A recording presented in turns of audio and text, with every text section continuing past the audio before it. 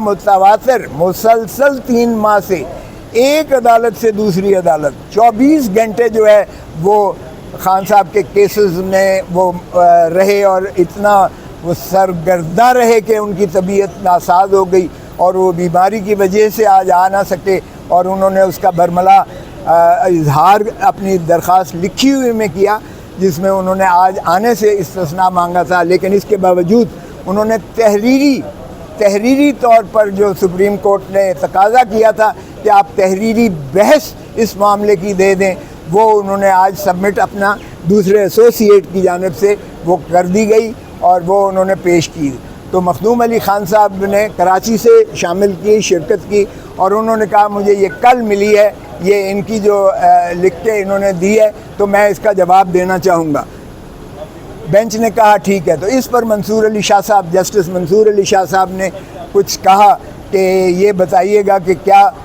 میں جو ہے چونکہ پہلے نوٹ دے چکا ہوں کہ یہ جو ہے 3 چیزوں پر، نمبر 1 کہ کیا جو ہے یہ مینٹینیبل ہے،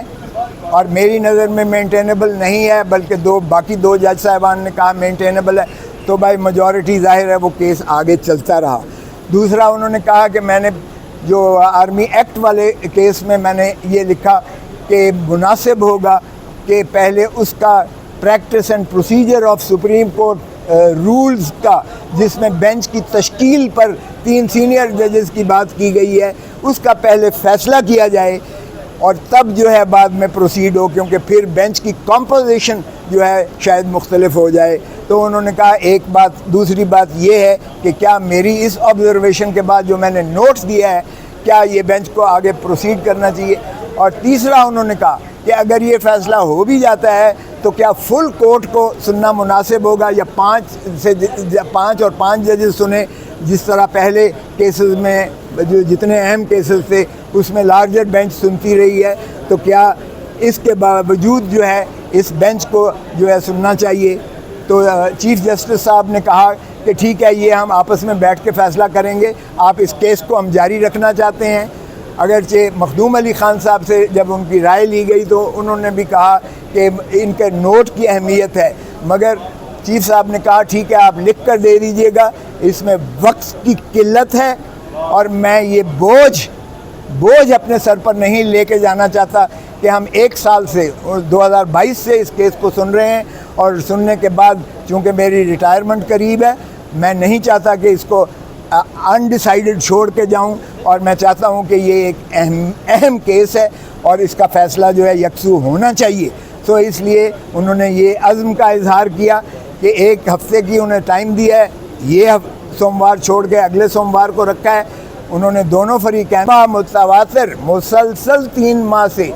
ایک عدالت سے دوسری عدالت 24 گھنٹے جو ہے وہ خان صاحب کے کیسز میں وہ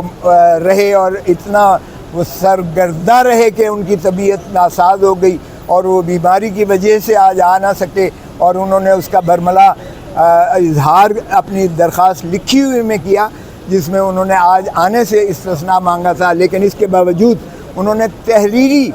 تحریری طور پر جو سپریم کورٹ نے تقاضا کیا تھا کہ آپ تحریری بحث اس معاملے کی دے دیں، وہ انہوں نے آج سبمٹ اپنا دوسرے ایسوسیٹ کی جانب سے وہ کر دی گئی اور وہ انہوں نے پیش کی۔ تو مخدوم علی خان صاحب نے کراچی سے شامل کی، شرکت کی، اور انہوں نے کہا مجھے یہ کل ملی ہے، یہ ان کی جو